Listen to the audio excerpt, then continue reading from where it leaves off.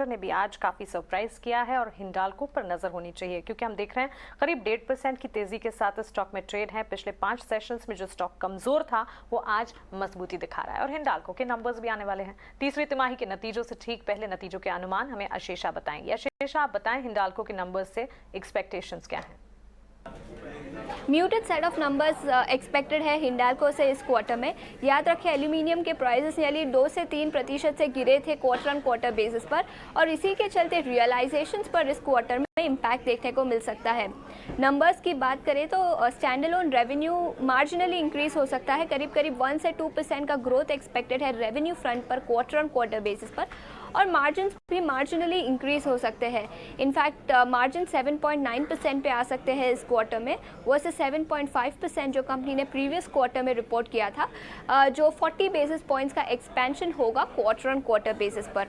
Segment wise performance की बात करें तो एल्यूमिनियम सेगमेंट का एबिटा पर टन 13% से गिर सकता है क्वार्टर ऑन क्वार्टर बेसिस पर। एल्यूमिनियम प्राइसेस गिरे और इसी के चलते एल्यूमिनियम एबिटा पर टन में भी गिरावट देखने को मिल सकती है। इसके साथ ही साथ कॉपर एबिटा पर टन में भी डिक्लाइन एक्सपेक्टेड है। 2 से 3% का एबिटा पर टन में कॉपर के सेगमेंट में भी डिक्लाइन एक्सपेक्टेड है सिक्वेंशियल बेसिस पर।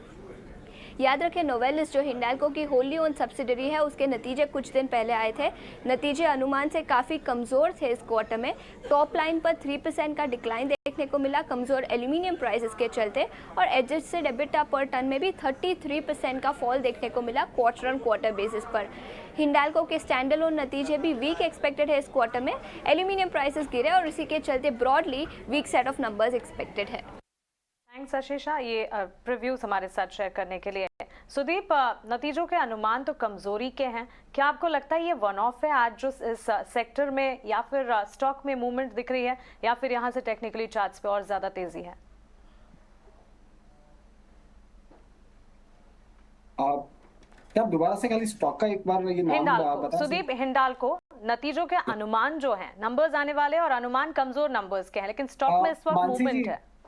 मानसी जी, अगर हम हिंडाल्को का चार्ट अगर देखें तो आज भले स्टॉक 1% का एक हम देख रहे हैं कि ये गैप अप होके ये रिबाउंड हुआ है, पर ऊपरी स्तरों से आज भी हम देख रहे हैं कि ये 440 439 हाफ के वहां से थोड़ा सेलिंग प्रेशर आ रहा है। और इतने बड़े फॉल के बाद मुझे लग रहा है एक आध दिन शायद से एक पुल बैक भी आए, बट ओवरऑल ट्रेंड नेगेटिव है। स्टॉक अपने सब long term, medium term, short term moving averages के नीचे सस्टेन कर रहा है, और पिछले 4-5 दिन से अगर हम ट्रेंड भी देखें तो lower top lower bottom formation है। और एक और चीज देखने लगे आज, खाली अगर मेटल में हम देखें तो NMDC, JSW steel, Jindal steel, इनमें पुल बैक हम देख रहे हैं, पर बाकी कोई मेटल स्टॉक्स में ज्यादातर पुल बैक सस्टेन नहीं हो रहा, और इसी का एक कारण है डॉलर इंडेक्स का बढ़ना। तो जब तक डॉलर इंडेक्स 103, 102, 80 के ऊपर है, तो मुझे लग रहा है मेटल्स में जो भी ये पुल बैक्स आ रहे हैं उससे थोड़ा सावधान रहना चाहिए और थोड़ा कॉशियस रहना चाहिए, और बहुत टाइट स्टॉप लॉसेस रखने चाहिए मेटल स्टॉक्स में लॉन्ग पोजीशंस के लिए आने वाले सत्रों के लिए। ठीक है, तो यहाँ पर आपका कंसर्न ठीक है बिल्कुल। डॉलर इंडेक्स क्योंकि सर्च कर रहा है फिर से, तो देखना होगा कि आज तो शाइन कर रहे हैं मेटल्स, लेकिन क्या ये तेजी सस्टेन करती है नहीं। हिंडाल्को के खैर नंबर्स पर आशीषा में बात करती। इनफैक्ट जोमैटो पर भी एक